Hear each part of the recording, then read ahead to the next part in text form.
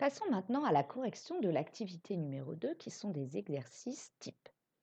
Tout d'abord, première question. Pour parvenir à Jupiter, la lumière émise par le Soleil met environ 43 minutes. Donc vous voyez, là, c'est très important de surligner cette valeur. Et mieux, ce qui serait bien, c'est à côté de mettre la lettre de la grandeur dont on parle. On parle de minutes, c'est-à-dire qu'on parle de temps. Donc vous pouvez vous écrire à côté petit t. Ensuite, on continue la lecture. La distance Soleil-Jupiter est de 7,78 fois 10 puissance 8 km. Donc ici, on peut écrire à côté petit d. Et qu'est-ce qu'on me demande? Très logique, on me demande la vitesse de la lumière d'après l'énoncé. Donc on me demande V. J'ai T, j'ai D et je n'ai plus qu'à trouver V. Donc, comment rédige-t-on? Comme nous l'avons déjà expliqué maintes fois, on commence par écrire la formule. V égale D sur T, c'est la formule de base. Est-ce que j'ai besoin de la faire tourner? Non, elle est dans le bon sens. Sur le côté, je note les valeurs de l'énoncé. On a D égale 7,78 fois 10 puissance 8 km. Et ensuite, le temps, 43 minutes. Mais là, vous voyez qu'on a un problème car le temps ne doit jamais être en minutes, mais toujours en secondes. Je fais attention, je ne fais pas n'importe quoi à changer, par exemple, comme on faisait pour les années, puisque là, mon temps est en minutes. Donc, je réfléchis, je veux le mettre en secondes. Une minute, ça fait 60 secondes. 2 minutes, ça fait 2 fois 60, donc 120 secondes. Eh bien, 43 minutes, ça va faire 43 fois 60 et j'obtiens 2580 secondes. Je n'ai plus maintenant qu'à remplacer dans ma formule 7,78 fois 10 exposant 8 divisé par 2580. Alors, comment fait-on sur la calculatrice? Vous prenez votre calculatrice, vous tapez 7,78 et là, ne tapez pas le fois. Il faut taper la touche fois 10 exposants. Il y en a une, elle est souvent sur les casios tout en bas à droite. Donc, vous tapez directement fois 10 exposants et vous écrivez 8 et le nombre sera correctement. Ensuite, vous faites diviser par 2580 égale et normalement, vous devez obtenir ce résultat si on l'arrondit en kilomètres par seconde, puisque j'avais des kilomètres et que j'ai divisé par des secondes. Passons maintenant à la question B. La géante jaune Capella est l'étoile la plus brillante de la constellation du Cocher. Aucune information importante. Par contre, on me dit qu'elle se situe à 42,2 années-lumière de moi.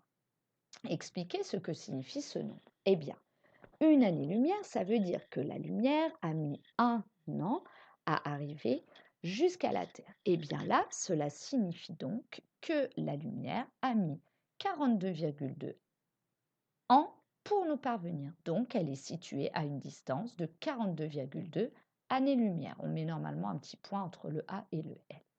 Deuxième question, on vous demande, de donner la distance qui nous sépare de la géante de Capella en kilomètres en notation scientifique. Donc, on vous demande D, et là, on vous donne déjà une distance, mais en années-lumière. Oui, mais ça veut dire 42,2 années-lumière que la lumière a mis 42,2 ans à arriver.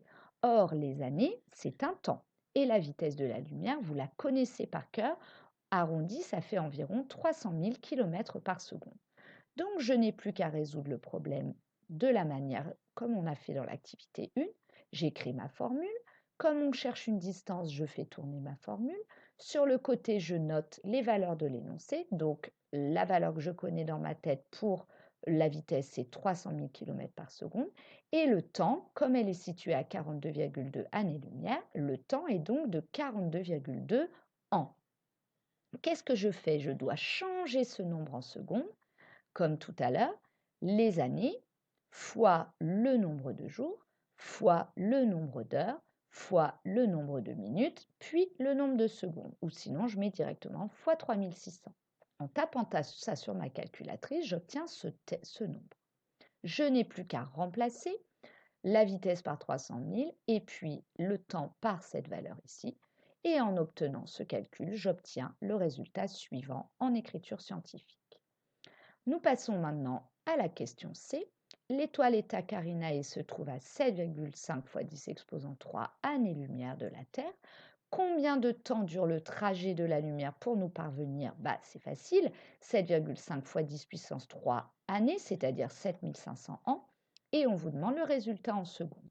Donc, Comme on a déjà fait, cela va devenir un automatisme. Je n'ai plus qu'à mettre le nombre d'années fois le nombre de jours fois le nombre d'heures fois le nombre de minutes et fois le nombre de secondes. Et j'obtiens le temps en secondes. Ensuite, on me demande en quelle année la lumière qui nous parvient est partie d'Eta Carinae. Eh bien, 7,5 fois 10 exposant 3 ans, ça fait 7500 ans. Cela veut dire que la lumière est partie il y a 7500 ans. Or, nous sommes en 2022. Il faut donc reculer de 7500, c'est-à-dire effectuer 2022 moins 7500. Donc, on obtient moins 5470 ans, c'est-à-dire en 5478 avant Jésus-Christ. Et pour finir, la dernière question calcule combien de kilomètres nous séparent de cette étoile. Donc, ça veut dire qu'on vous demande la distance. Vous commencez à être habitué de faire les années-lumière en kilomètres. Ça ne se fait pas de manière immédiate. Il faut passer par la formule de la vitesse, V égale D divisé par T. Comme on nous demande une distance en kilomètres, je fais tourner ma formule et j'obtiens D égale V fois T. C'est ce que j'ai noté ici. Sur le côté, comme d'habitude, la vitesse de la lumière, puisque c'est de lumière dont il s'agit, 300 000 km par seconde, et le temps en secondes. Je n'ai pas besoin de le recalculer puisque je l'ai calculé à la question 1, 7500 ans, cela donne ça en secondes. Donc j'ai recopié ce résultat. Je n'ai plus qu'à remplacer et j'obtiens donc la distance en kilomètres d'Eta Carinae. Voilà pour cette activité. J'espère que vous avez bien compris. N'hésitez pas à poser des questions au prochain cours.